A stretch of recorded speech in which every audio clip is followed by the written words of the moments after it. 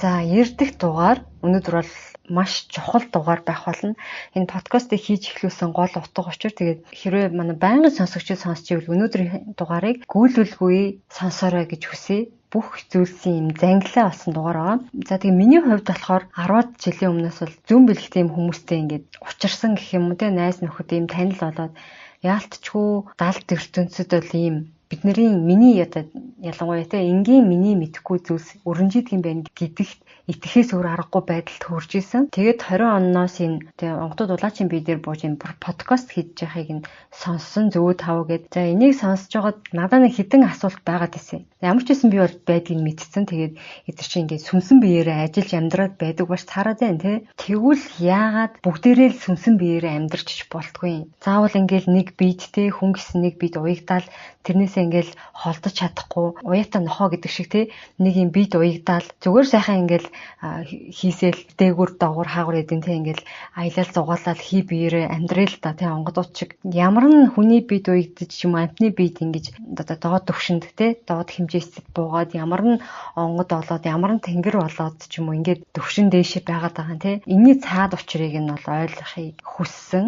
Дээрэс нь яагаад заавал дэлхий дээр гэж те бусад гариг дээр одоо дэлхий шиг юм амтан ургамал хүн бол байхгүй байна. Гэхдээ тэр гаригуд байсаар л байна. Яагаад заавал дэлхий дээр юм хүн төрлөختөн байх ёстой юм те. Тэгээд дээрэс нь яагаад заавал Монгол улсад би төрөөд байгаа юм те. Тэгээд тэр тэнгэр гих үзэл нь яг ямар үзлийг тэнгэр үзэл гэж нэрлэдэг байгаа юм тийм үү? Одоо альва нэг философи үндэстэн нийтээрээ нэг юм үзэл суртал байдаг. Тэрэнд ч одоо Христийн шашинд гээл тэгэхэд чинь анх ертөнцийн эзэн бүх зүйлийг бий болгоо тэгээд өөрийн хүүг дэлхий рүү те Христийг дэлхий рүү илгээсэн ч гэдэг юм уу нэг юм үйл явдалтай те тодорхой юм үзэл санаа суртал бас байгаад ш тэр дотор чинь тэгэхэд яг тэнгэр үзэл гэдэг зүйлийг би онгодын ярианаас тодорхойлолт гэх зүйл байгаагүй. Энэ хідэн хариултыг би олохын тулд номнуудыг уншиж эхэлсэн байгаа. Тэгээ яг энэ асуултынхаа хариултыг ийм 5 номноос олгуулсан. Сүнс ба сүнсний ертөнц, бөөгийн товчон, оршихуун 6 тэв, Монгол хаттын онгон түүхийн гэлбаа гэд. За ийм гол 4 номноос энэ асуултуудынхаа хариултыг бол олж авсан.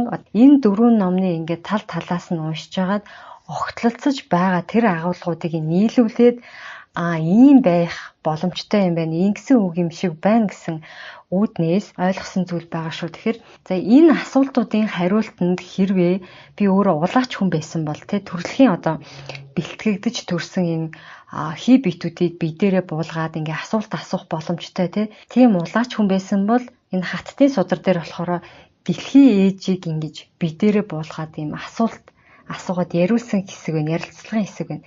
Энэ ярилцлагын хэсэг дээр болохоор би чинь улаач булган дээрээ буудаг дахилтай тэргүүн шүү дээ гэсэн байгаа. Намайг ямар ч улаач буулгаж болно. Гэхдээ нэг л учигт буuna. Хүмүүний үүлийн төлөө бус зөвхөн улаачийн амьдралын тухай буюу ийм 3 асуултанд хариулах гэж буудаг гэж байгаа юм. Тэр нь юу вэ гэхээр яагаад чи улаач болж төрсөн юм бэ?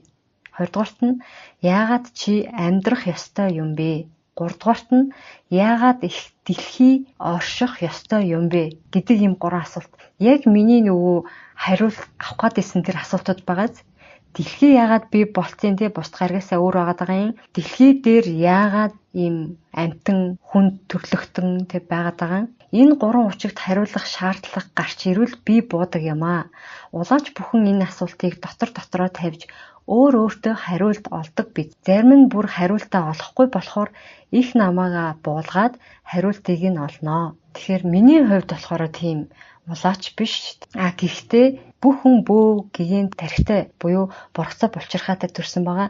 Тэр боргоцоо булчирхаа нь итгэхгүй байдаг. Тэрийгэ итгэжүүлээд хичээгээд байх юм бол яг нь бид нар 5 мэдрэхүүгээрээ аль нэгээр нь ч юм уу энэ мэдээлэлтэй холбогдох боломжтой. Буюу энэ дэлхийн мэдээлэлтэй холбогдох боломжтой. Тэр маш том хэмжээний тийм одоо дата бааз мэдээллийн юм бааз суур байгаа гэсэн үг. Өөрөө энэ асуултыг өөртөө тавиад тэнцэнээс мэдээлэл авах бүрэн боломжтой гэж байгаа юм. Гэхдээ миний хувьд одоо би бол жоохон өөртөө ихтгэлгүй. Дээрээс нь залхуу хүн учраас тэгж өөрөөрөө тэр асуултын хариултыг аваагүй зүгээр шууд номон дээрээс л олоод авсан гэсэн үг. Тэгэхээр та бүхэн маань хэрвээ хичээгээд тэр мэдээллийг өөрөө олж авъя гэж бодож байвал ялангуяа Монгол өвөг дээдс маань хүмүүст ингэж хэлж өгдөггүй байсан байгаа юм. Дэлхийн ертөнцийн ингэж үссэн юм аа. Чи ийм зориулттай энэ дэлхий дээр бий болсон юм аа гэж яг хэлж өгдөггүй. Тэр мэдээллийг олж авах арга техникийн буюу бөөгийн зан үйл юм те. Хөгжмийн хэмнэлтэд аятай бясалгал хийх тийм арга ч юм уу, улаачдын те бөөгийн хэрэгэлдэг маш олон тийм арга техникүүд байгаа. Тэргээрээ өөрийн одоо зүн бэлгийг мэдрэмжээ те 5 мэдрэхүүгээ хөгжүүлээд тэр мэдээлэлтэй холбогдож өөрснөө аваад гол нь тэр авсан мэдээлэл маань нэг л мэдээллийн бааз сур байдаг болохоор яг бага зэргийн ойлголтын зөрүү байхаас биш дэлхийн ямар ч арьстай ямар ч үндэстэн ястан байлаа гэсэн хичээвэл ертөнцийн тэр мэдээллийн сантай холбогдоод хүссэн мэдээллийнхаа хариултыг авах боломжтой. Тэр нь тэгээд нэг л мэдээллийн баазтай холбогдож байгаа учраас ижлэхэн мэдээллүүд аваад идэг байсан байгаа юм. Тэгэхээр энээс хойш тэр мэдээллийг би шууд номон дээрээс уншиж өгч чинь. Одоо киногоор ярих юм бол би спойлер агуулсан те нэг үзээгүй байгаа киног чинь төрүүлээд ингээ хэлж өгөх гээд ин гэсэн үг. Тэгэхээр өөрөөрөө мэдгэж байна гэж байгаа хүн бол энэс хоошоо сонсох хэрэггүй байгаа шүү. За тэгэхээр дэлхийн ээж бол энэ дэр ингэж байгаа. Их дэлхий энэ хорвоод яагаад орших ёстой юм бэ? Яагаад оршчихсан юм бэ гэвэл энэ орон зайн буйтхан зайдаа би эцэг тэнгэрийнхээ охин болоод хөх цэнхэр гариг болоод хөрс дэлхий болж төрсөн юм аа гэж. Тэгэхээр энэ бол яг үлгэр домог гэдгээр ойлгочих болно. Харьцангуй нэг жоохон итгэхэд бэрх байх магадaltaй шүү. Миний мөн учигт тэмүүлэх зорилго нь орчлон дэлхийн орон зайн холбоосын хөх хэмийн эзэн болж төрсөн. Огтруу ертөнц 7 хэмийн нэгдэлтэй. Тэр 7 хэмд үүсгэгч болоод шингээгчээс үүсгэгч рүү дамжуулах мөнхийн эргэлтийн холбоо байна. Гариг бүхэн 7 өнгөнд хуваагдаж харин наран бүхэн 7 өнгийг засруулж байдаг. Тиймээс энэ хэмийн тогтолцоогоор өнгийн хэмийг өөр өөртөө агуулах гаригууд их эцэг нарныхаа энхэн орчлын төлөө аж төрж амьдарч байдаг их өргөн холбоотой билээ. Олон наран олон одод эцэг тэнгэрийнхээ орчлыг хамгаалах гэж орон зайдаа гэрэлтэн аж төрдөг билээ. Бие биедээ сүлэлдэх гэлбаа хэмнэн хаа холоос оддын гэлбаа болон харагдаж тэр гэлбаан дундаа орчлоо хуваалцсан аж төрдөг. Нэгэн гариг үгүй болоход нэгэн наран төрж нэгэн гариг мэдлэхэд орчлонгийн хэлхээ холбоос бүрэн өөрчлөгдөж байдаг юм. Иймд гаргис мөнх гэдэг орчлынхоо хамгаалагч нь болж он удаан жилээр оршин тогтнох өөр өөрийн хичээл зүтгэлээрээ аж төрдөг юм шүү дээ. Яг энэ хэсгээс болохоор эцэг тэнгэрийнхаа мөнхийн оршин байхын төлөө нарны аймагуд аж төрдөг болж тарж байна. Нарныхаа төлөө нарны аймгийн бусад гаригуд аж төрдөг болж тарж байна. Тухайн гаригийн төлөө тэгвэл юу байх вэ? Юу аж төрөх вэ гэхээр энэ дээр ингэж байгаа. Гариг бүхэн өөр өөрийгөө хамгаалах орон зайтай байдаг. Зарим гаригс химээр өөрийгөө хамгаалж, мөнхийн шуурга, мөнхийн хөтрөл зэргээр өөрийн оршлыг хамгаалдаг бол би өөрийгөө амьд оршилтноор хамгаалуулж байдаг нэгэн гариг юм аа гэж байна. Одоо амьтан ургамал те амьд биесээр хамгаалуулдаг болж таарж байна. Тэгэхээр энэ чинээс нэг сэжүүр ойлгогдож байна те. Одоо манай гаригийн системд бол зөвхөн дэлхийн маань амьд биесээр өөрийгөө хамгаалуулдаг ганц гариг. За тэгэхээр энэ анханасаа тийм байсан юм уу гэхээр үгүй. Анханасаа бол бусадтайгаа ажиллахан гариг байсан юм байна. Ямар ч амьд оршинлгүй. За дэлхийн үүслийг болохоор сүнс ба сүнсний ертөнц номон дээр юу гэсэн бэ гэхээр өнгөт дэлхийг бүтээн бий болгоход сайн бөгөөд зөв эрчмүүд анх үүссэн юм. Тийм үүсэхдээ алтан наран ижигээс алтан шаргал өнгийн эрчмийг гэх мэт дэлхийн ээж дээр эрчмүүд нэгдэх замаар мөн бусад гариг иргэсээс ирэх гэрэл туяа эрчим цацрагуудыг хураан авч хооронд нь сүлэлдүүлэн бий болгосноор дэлхийн ээж аажмаар бүрэлдэн томорсоор одоогийн дүрдээ орсон юм. Дэлхийн ээж дээр дан сайн цагаан эрчим буулгаснаар дэлхийн ээжийн хэм бүрэн бүрэлдээгүй сарниж хоорондоо үл нийцсэн эвсэхгүй байсан тул харын эрчимтэй холин сүлэлдүүлж нэгдүүлэхийн зэрэгцээ өөр бусад эрчмүүдийг үүсгэн байж их дэлхийн анхны дүр үүсэн бий болсон гэж байна. Тэгээд хаттын судар дээр дэлхийн ээж ингээд цаашаа өргөжлүүлээд ингээд зам ёсоор ахан дүү гарагстайгаа эргэлдээд л байж байсан юм. Анх үүснээрээ бид нарнаас үүссэн. Нарны их цацрагаар бидний биес үүссэн юм. Өөр өөрийн орон зайд очиж эргэлдэх орон зайгаа олж авсан юм. Энэ гаригс бүхэн өөрийн цөм амьтай. Гэтэл нэг удаа тэнмэл гаригийн тасархаа солир гээч нэрээд намааг мөргөөд миний биеэс хэсгийг нь огтлоод гаргачихсан юм. Энэ шарахыг тэсвэрлэж чадахгүй би мөхөх аюулд орсон. Нэг хэсэг зүйл надаас ховхроод унчглаа шүү дээ. Энэ өхлийг тэнгэр эцэг илааршуулахын тулд миний амнаас гадна өөр маш их олон бяцхан амьуудыг над руу илгээж өгсөн. Тэнгэр эцэг надад өгсөн энэ амийг би өөрийнхөө эрүүл хэсгийн орон зайгаар хийчийг тоос 3-оор bijүүлээд биет амтан болгосон юм. Энэ амьтад миний биеийн энэ их цорхог илааршуулж амьдрах чадвартай болгосон учиртай гэж байна. Энэ орон зайг бүглэхийн тулд эд чулуу агаар усыг зөөх хэрэг гарсан. Байгалийн урсгал хэм гэж та нар ярьдаг түүгээр нөхөх боломжгүй их цоорлыг солиртой мөргөлдөж хажуу бүүрэнд авсан юм аа. Ингээд тэнгэр эцэг сүнсэн их хүчээрээ миний тэр шархыг илааршуулан өгч эргэлдэг хөөх гариг хിവэрээ үлдсэ. Үүнийхээ хариу тэнгэр эцэг дараагийн учигт ямар нэг гариг ирэхс дахин учиг гартал эдгээр олон сүнсүүдийг инэрч хайрлаж байгаарай гэд өгсөн юм. Тиймээс дараагийн учигт нэгэн гаригт гэмтэл учиртал та нарын бүх сүнсүүдийг би өөр дээрээ агуулж байх ёстой. Та нарын сүнс гэдэг зүйл бол гариг ертөнцийг илааршуулагчд юм. Тийм ч учраас мөхөх хүчинч бас болдог юм аа гэж байна. Дуундар гардаг те бид нар бүгдийг бүтээн бид нар бүгдийг сөнөөн гэдэг шиг амьд биес бол амтан ургамал хүмүүс бүгдээрээ орж байгаа. Гэхдээ энэ номон дээр бол мэдээж хүмүүст хандаж хэлж байгаа. Тэр хүмүүсийн сүнс буюу хүн гэдэг энэ амьуд нь ертөнцийг илааршуулагчд бас ертөнцийг сүрүүлэх чадвартай ийм биес юм аа гэсэн байна те. Дэлхийн ээжээс ингэ асуусан байна. Энэ амьтад таны цоорхог ямар хэмээр ямар үйлдэлээр илааршуулна гэсэн үг вэ гэсэн чинь өөрсдийн биесээр миний хийчийг тоосоор бодгол болгож өгсөн зүйлийг тэр шархалсан орон зай дээр тавина. Дараа нь дахин өөрөө сүнс болж ирээд дахин надаас хийчийг тоосыг аваад тэр газараа аваачиж тавьж хөдөлгөөнд оруулж зөөж өгсөн юм. Үүнийг чи үхэл амьдрал 2 гээд бод. Ам ирээд надаас амьдрал аваад амьдарч үхэхдээ миний цоорхоо дээр ирж үхээд байсан. Ингэснээр амьд биетний орон зай хайрын адил хөрс шороо бий болж хөгжил гэдэг зүйл энэ гариг дээр яригдах болсон. Ингээд гадаад их наран долгионоор миний биеийн шархалсан байсан орон зайг тэд өөрсдийн биеэр зүлэг гэдэгтэй адилхан хучиж өгнө. Ингэж өөрсдийн биеэрээ хучиж өгснээр дэлхий гэдэг гариг наран ижийнхээ эргэлдэх орон зайгаа алдахгүй амьдрах чадвартай болсон юм даа гэж байна.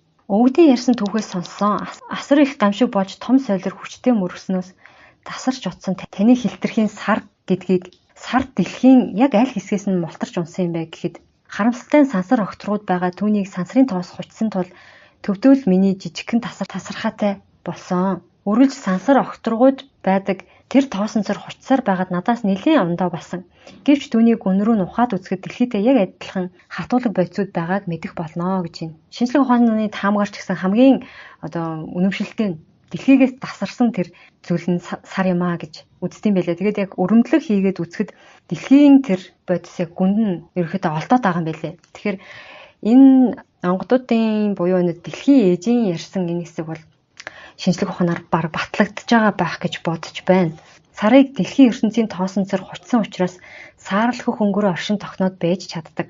Төвдөө миний биеийн сасан цөм байх учраас тэр нь бөмбөлөг хэлбэрээ хадгалаад таталцаж түлхэлцэх хүчээрээ надтай хансиж чаддаг юм. Бид хоёрын хэм ижилхэн тул би бинийгээ гэмтээхгүйгээр нэг ижил орон зайд оршиж чадна. Тан дээр амнаас гадна сансар огторгон хийнүүд цугларч ийм болсон байх тийм ээ гэсэн чинь. Наран ээж гаригсыг төрүүлэхдээ надад хийчийг тоосыг энэ тэнцүүхэн өгчээ.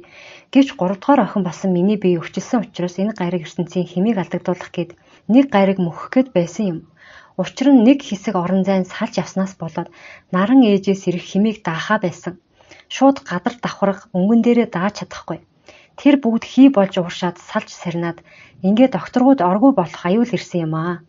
Миний чулуулгууд энэ бүх хөрсөн давхраг байхгүй бол бүгдээрээ хий болдог мөн чанартай. Тийм учраас энэ аюулыг зайлуулах гэж орчлон ертөнцөөс ирсэн олон сүнсний айгаас миний энэ бие хучлаг авч хатуулаг давхраг минь уурсчихгүй, оргүй болчихгүй аж төрөөд өдий хүрчээ.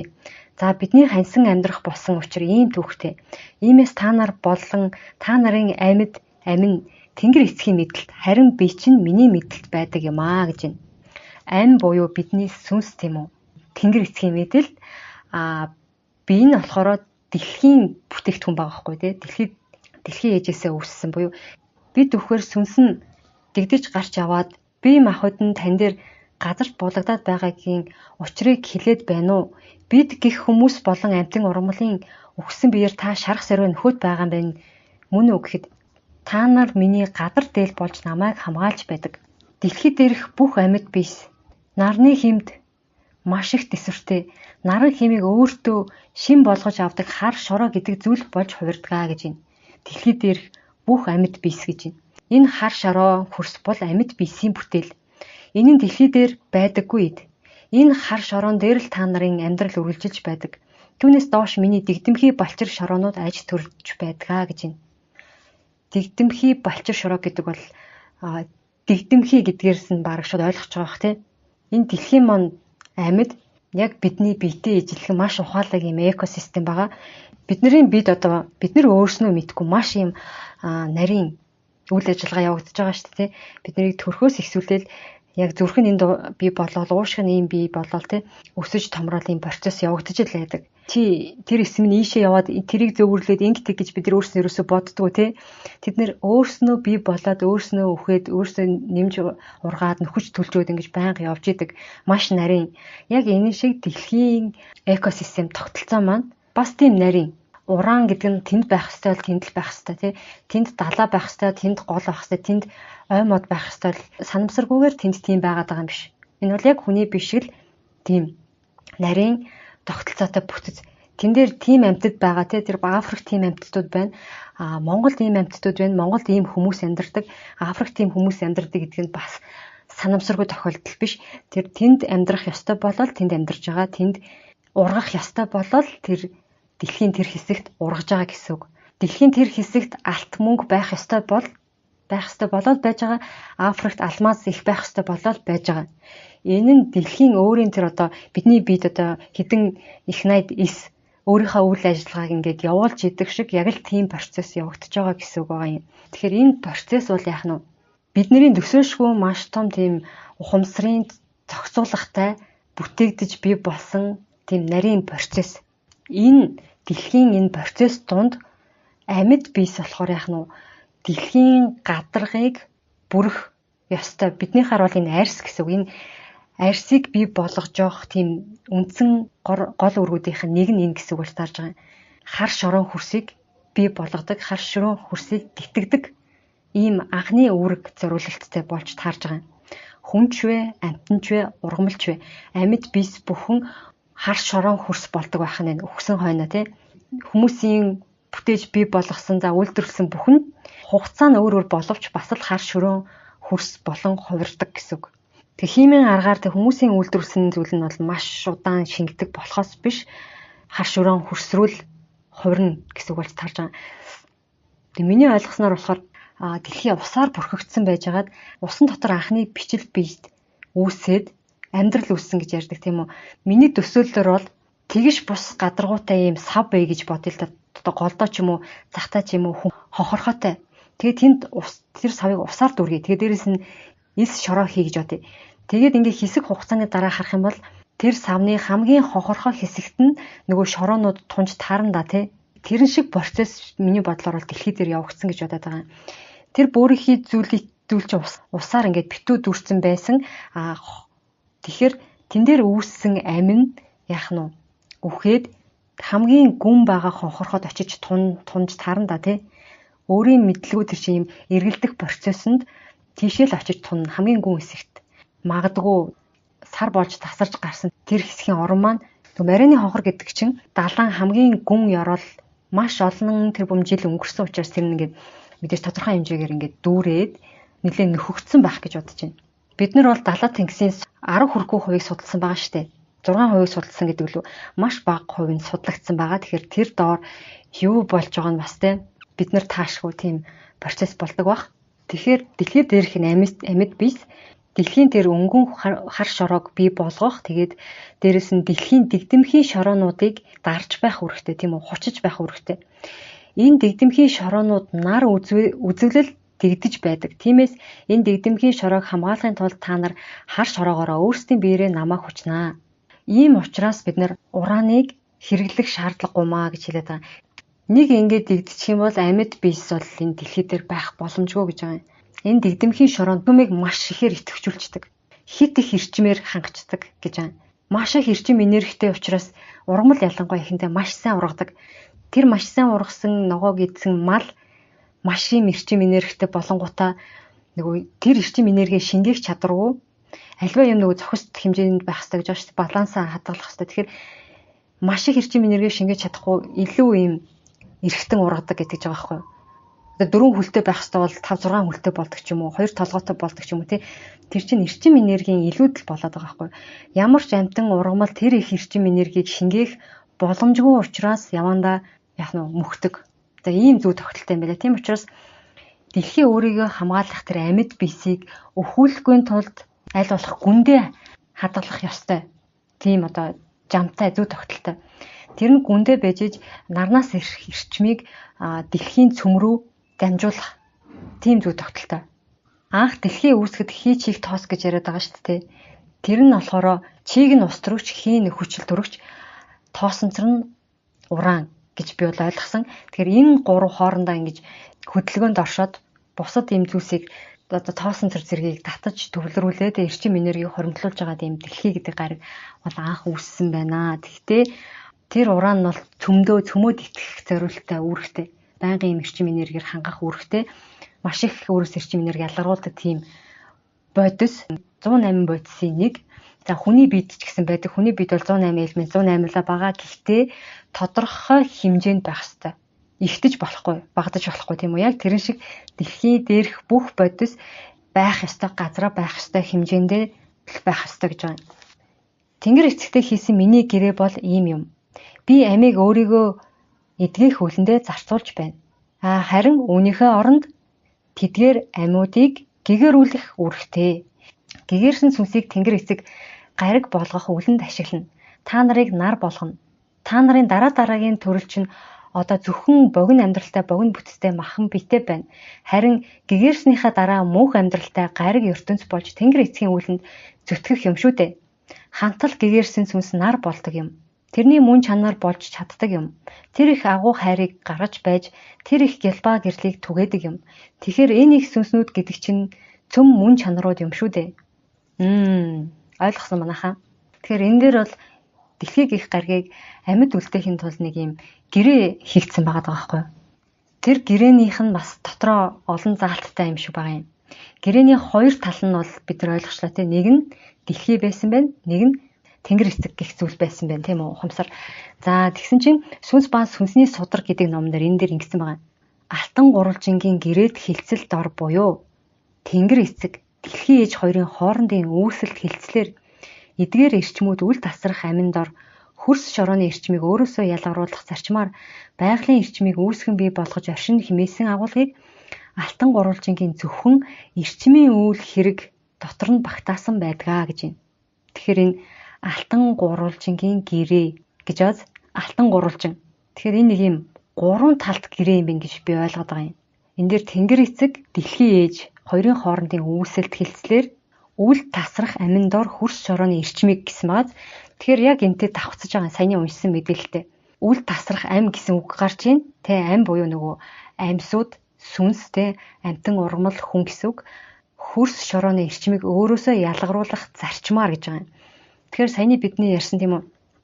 Хөрс шороог бий болгох, дэлхий дээр гарсан онгорхоог нөхөх зориулалттай тийм үү? Сүнсийг тэнгэр эцгээс бие махбодыг дэлхийгээс ингэж үүсгэж хооронд нь нийлүүлээд тэгээд тэргээр дэлхий өөрийнхөө шарахыг нөхөөд тэгээд хариуд нь тэнгэр эцэгт яах нь тэр амьуудыг гэгэрүүлж буюу ухамсар оюун мэдлэгийн дээшлүүлж сүнсний хөгжлийн дараагийн төвшөнд гаргах тийм үүргийг дэлхий талаас бол хүлээсэн байх нь тийм үү. Тэр сүнсний хөгжлөн дээшилсээр байгаад яадаг байх нь дэлхий болдог байх нь тийм. Энэ бол 108-аас дээш хэмжээстэд хүрвэл штэ. Хүний их сүнсний хэмжээст бол нэг 2-оос арай орчим хэмжээстэд байгаа. 11-ээс эхлээд 108 хүртэл онгод гэж нэрлэгдэнэ. Онгод нь цаашаага тэнгэр болно буюу гаригийг бүтээх чадвартай тийм хэмжээний сүнс болно. Гаригийг бүтээх чадсан бол нарыг бүтээх чадвартай тийм хэмжээний өөрөөсөө хэнийг ч ялгалгүй хайрыг гэрэл түгээх чадвартай тийм хэмжээний том ухамсартай болсон үедээ яах нь нарыг бүтээх боломжтой болдог байх нь. Тэгэхээр тэнгэр эцэгт бол тийм ухамсарын өндөр, хэмжээст өндөр тийм сүнснүүд бол бэлтгэж гаргах хариуцлагыг дэлхий үүрсэн байх нь, дэлхий хүлээсэн байх нь тийм. Сүнс гэгэрсээр хэмжээс загсаар нарны гэлбаатай адилхан хэмтэй болно гэсэн үг юм байна. Мөн үг гэхэд тэгнэ. Тэр цөм мөн чанар бий болсны үндсэн дээр тэр огторгой ертөнц оршихороо тэр их гэлбаа хайрыг түгээж чадах оршил болдог юм да. За гариг ертөнц энэ хэмээрээ нэг орон зайд аж төрөн амьдрна. Та нар болон бүх амьд биес гариг ертөнц наран саран мөн гаригсыг эмчилдэг махан биетэн цусан төрөлтөн болох аль аль хувь заяа нь ондоо гариг дээр ондоо өглөөрөө өөрийнхөө мөн чанарын хэмжээнд бисийг олж төрдөг юм. Ганцхан хүмүүн заяа төрөөд байна гэвэл үгүй. Мөнх амьдралынхаа мөнх чанарт хүмүүн амьтан гариг ертөнц нар сар гих ямар ч төрөл төрж болно. Мөн төрөхгүй байсан ч болно. Амь мөн чанараараа онгод дэдэс болоод аж төрж болно. Онгод болно гэдэг нь онгодын их үйл гэдэг нь энэ хорвоо ертөнцид байгаа гаригсын бүрэн бүтэн байдлыг хамаарч байдаг юм. Энэ хэлхээ холбоог маш удаан хамгаалж байхын тулд тэд үйл хийдэг юм. Ганц та нарыг манахын төлөө биш.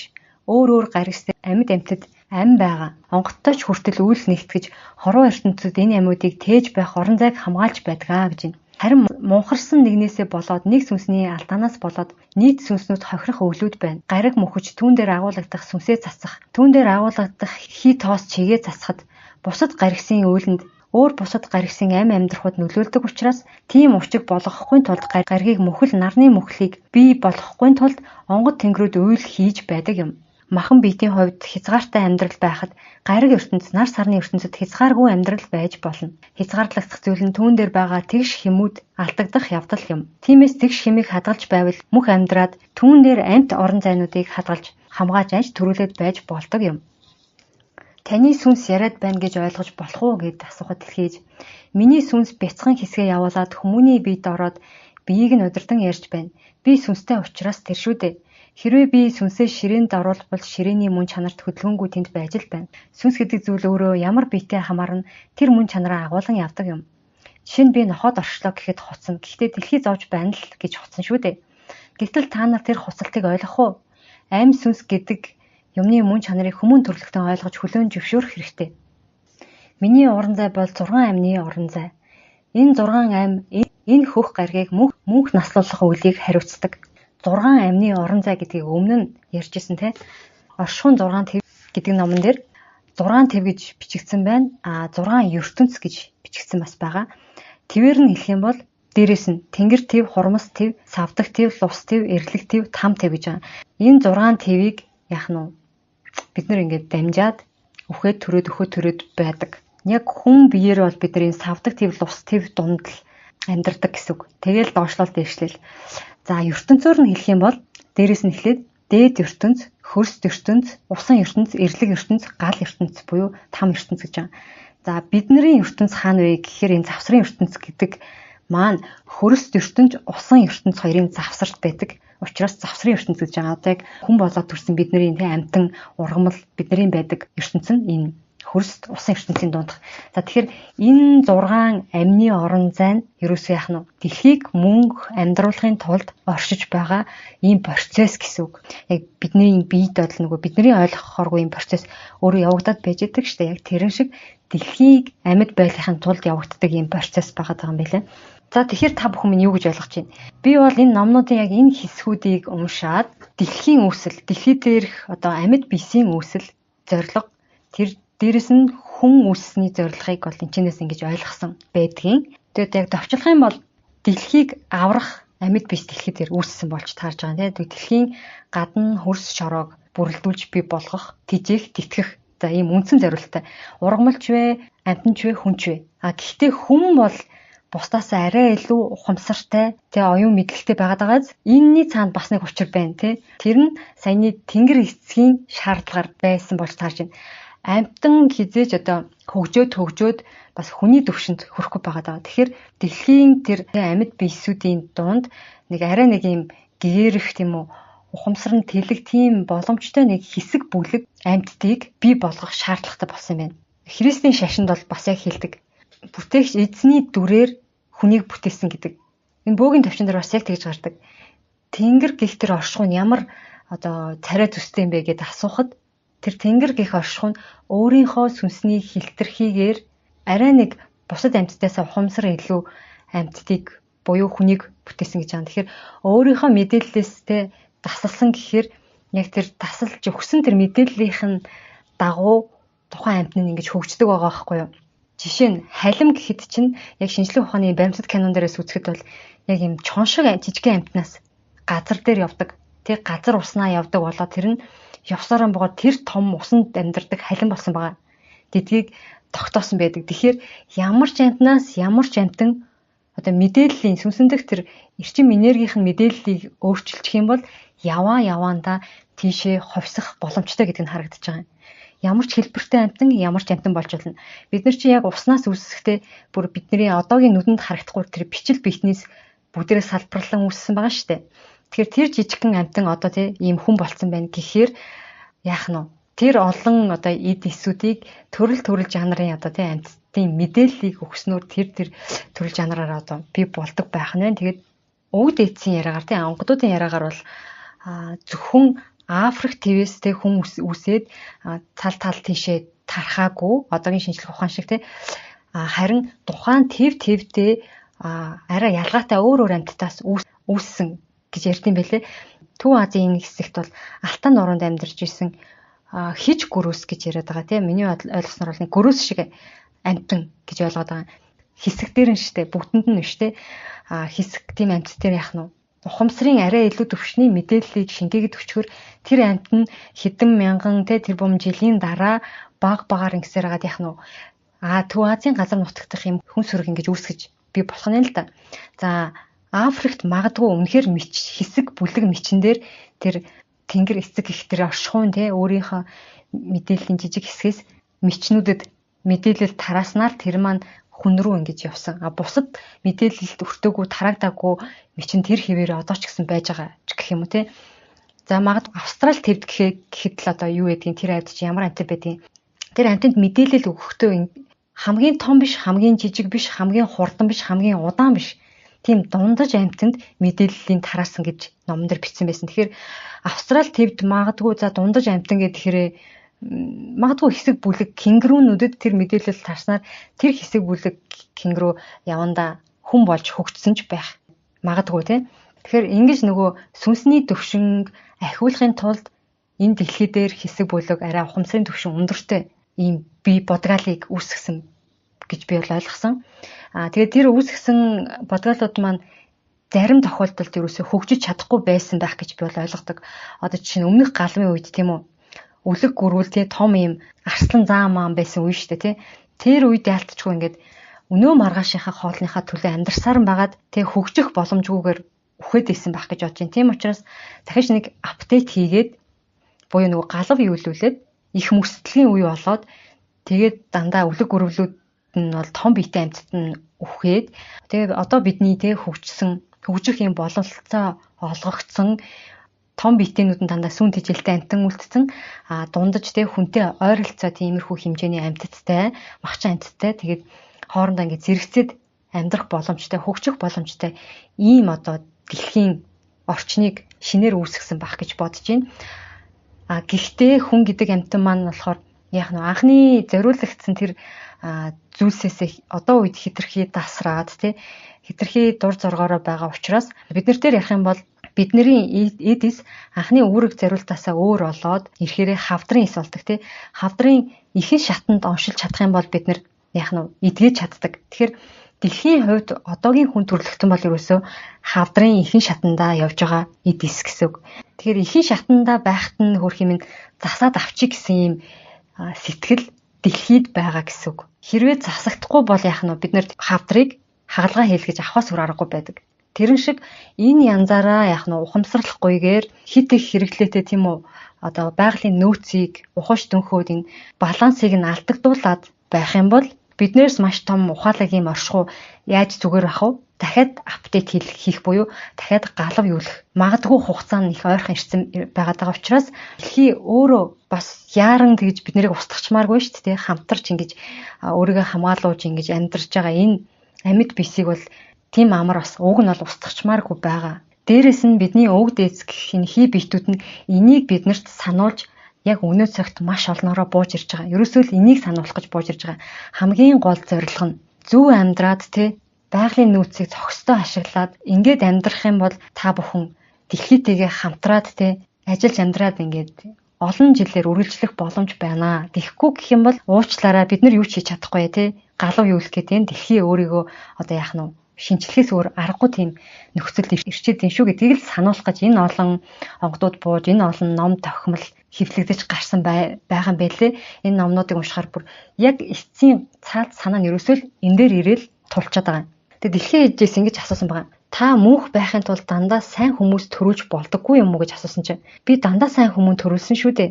Тэгвэл төрснийхаа дараа ингээд муу болцоход байгаа мó гэсэн чинь чи муу хүүхэд төрхийг хаана харсан юм?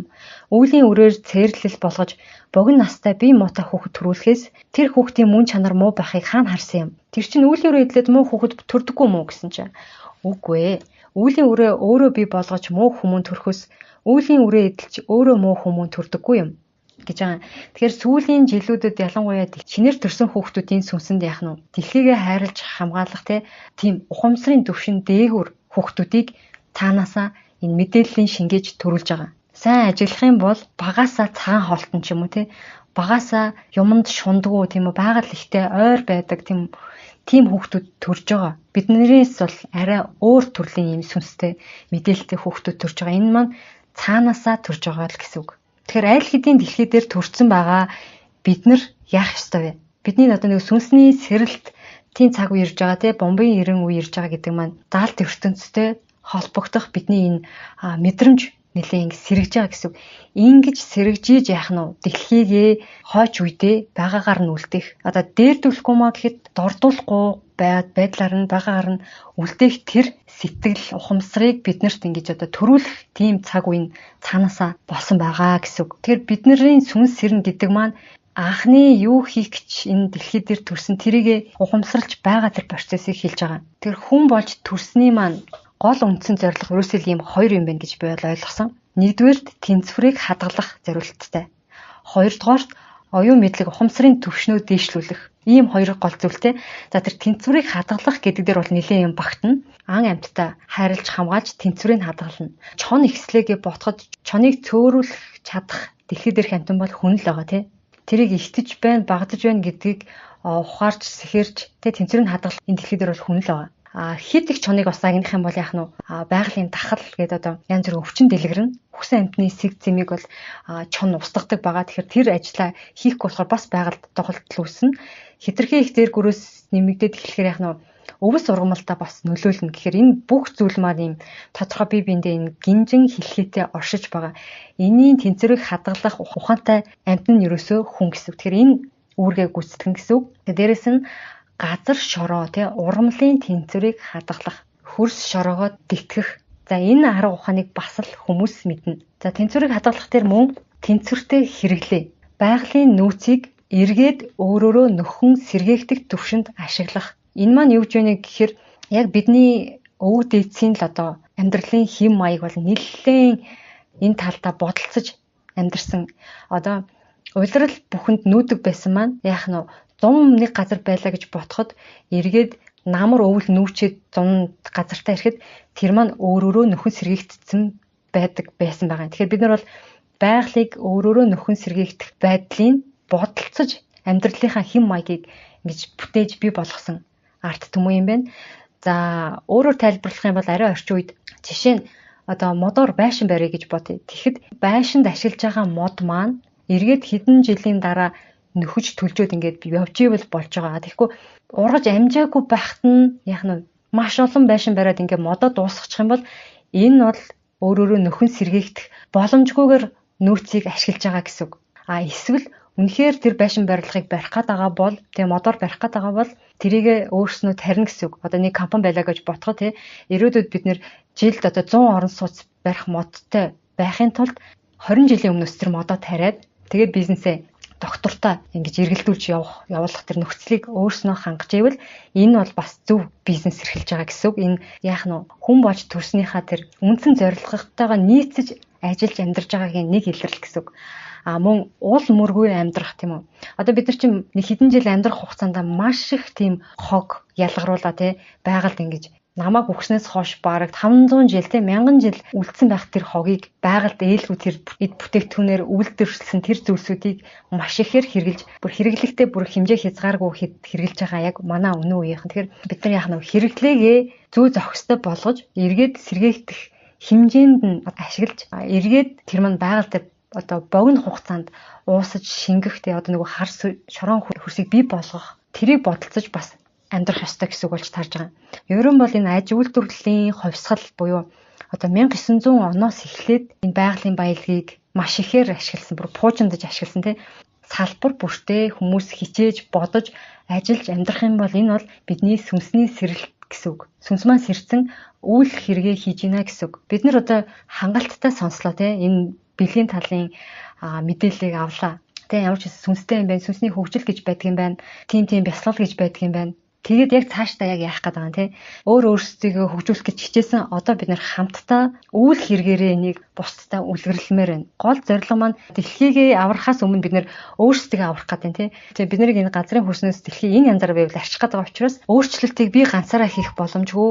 Нэг байраараа, нэг дүүргээрээ, хорооллороо, аймагаараа, сумаараа, нэг улсаараа тэгээд нийт дэлхийн хүн төрөлхтөн хичээж хийж нэлээд дөрвтэй өөрчлөлтийг авчирна гэсэн үг. Дор бүрнээ гэх юм бол бид нэр хэрэгтэйгээ танах хэрэгтэй байна. Хэд их хэрэглээг бодолцож үзэх хэрэгтэй. Хогоо ангилж ялгадаг, дахин боловсруулдаг байхад анхаарах хэрэгтэй. Салбар бүртээ буюу миний жишээн дээр гэх юм бол би архитектор хүн учраас эрчим хүчний хэмнэлттэй тэгээ байгальд ээлтэй материалаар барилгаа төлөвлөх тийм үү. Тухайн хотын иргэдийг тэгээд хогны тэр менежмент системийн усны хэрэглээгийн зөв зохистой болгох, байгалийн бохирдол бага үүсгэхээр төлөвлөх гэдэг маань миний сүнсний сэрсний гол одоо хийх ёстой зүйлс гэсэн үг. Тэр хүний хийх ёстой сонирхол, сүнсний өгдөл өөр байгаа. Тэрийгэ таних аргууд бол хаа сайгүй байна.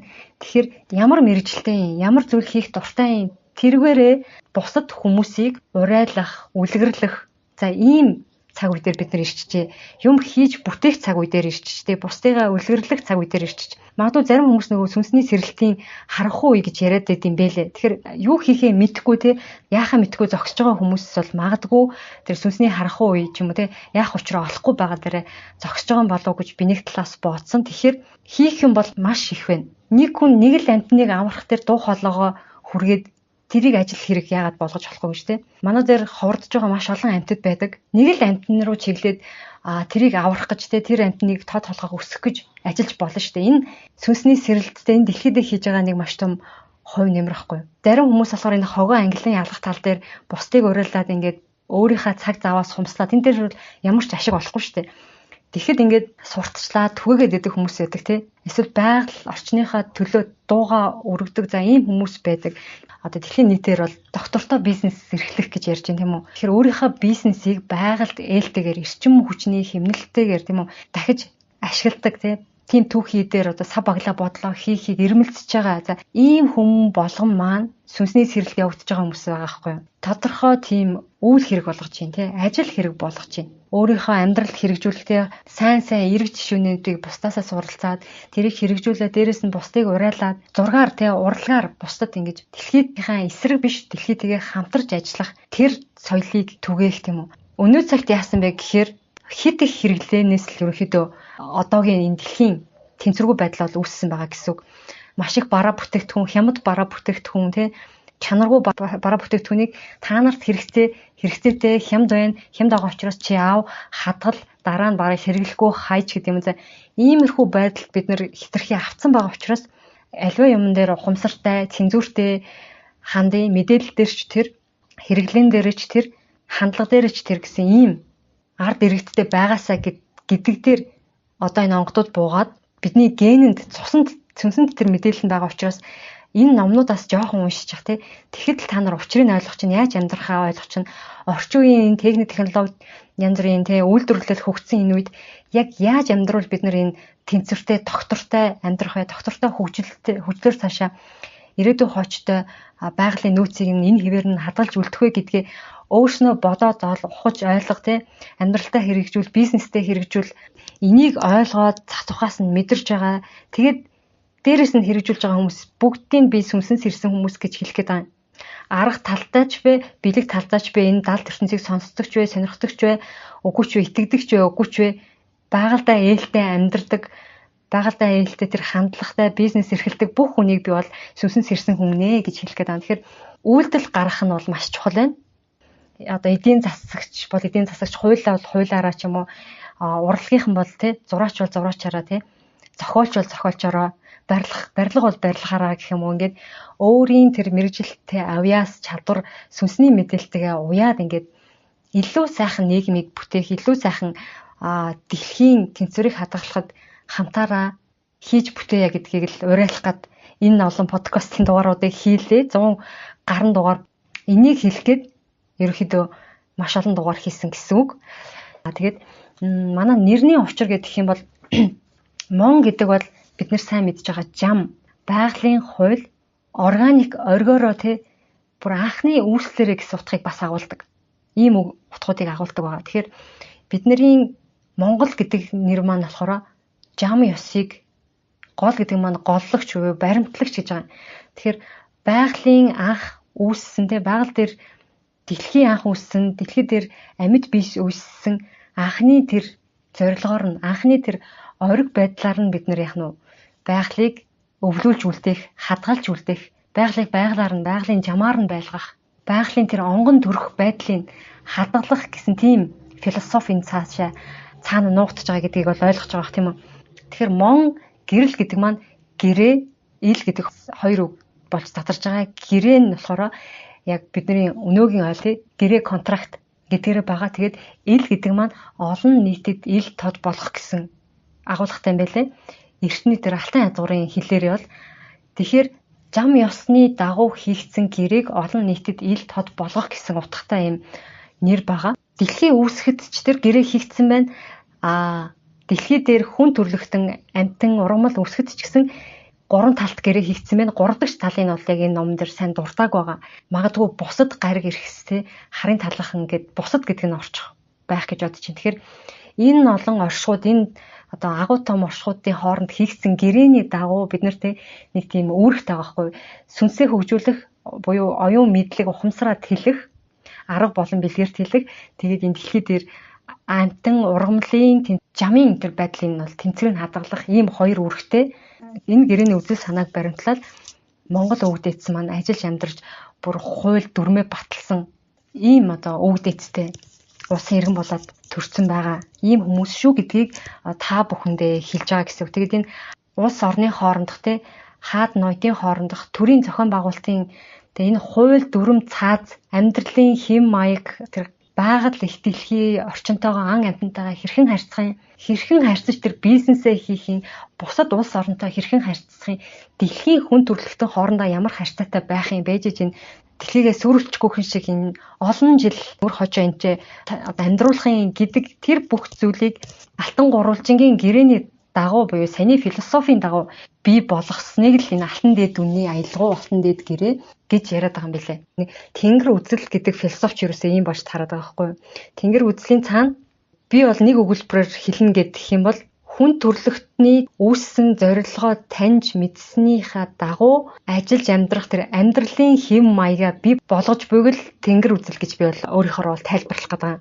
Дэлхий дээр хөрш шорог бий болгох гэж, тэнцвэрийг хадгалах гэж, ухамсараа дэвшлүүлэх гэж ирсэн бол тэрийгэ бодолцоо тэрнийхээ дагуу ажиллаж амьдрах тэр үзлийг л тэнгэр үзэл гэдэг байгаа юм байна гэж би бол хувьдаа тодорхойлсон. Яг ингээд тодорхойлонгууд тэр алтан дээд үнэ аялгауны номнуудын гарчигтай яг таарад байгаа. Нүүдлийн соёлоор бадраах гэж байгаа. Нүүдлийн соёл гэдэг маань ерөөсөө саяны философиг агуулсан амьдралын хэм маягийг хэлээд байгаа шүү дээ. Тэгээд бадраах буюу бусад хүн төрөлхтнийг үлгэрлэх гэсэн үг яваад байна гэж би бол ойлгосон. Тэгэхээр энэ бүгд хоорондоо юм уялдаа холбоотой. Миний ойлголтыг бол батлаад байна гэж бол хараад байгаа. За тэгээ эцэст нь Монгол хүн яагаад болж төрсөн бэ гэдэг утга маань ерөөсөө л бидний яг энэ байгаа газар бол 9 мөрний айсав газар гэж байгаа. Бид нар тэгэхээр нэг ёсны бас нэг гэрээ хийгдсэн гэсэн үг. Энэ нь болохоор 2 талт гэрээ гэж би ойлгоод байгаа.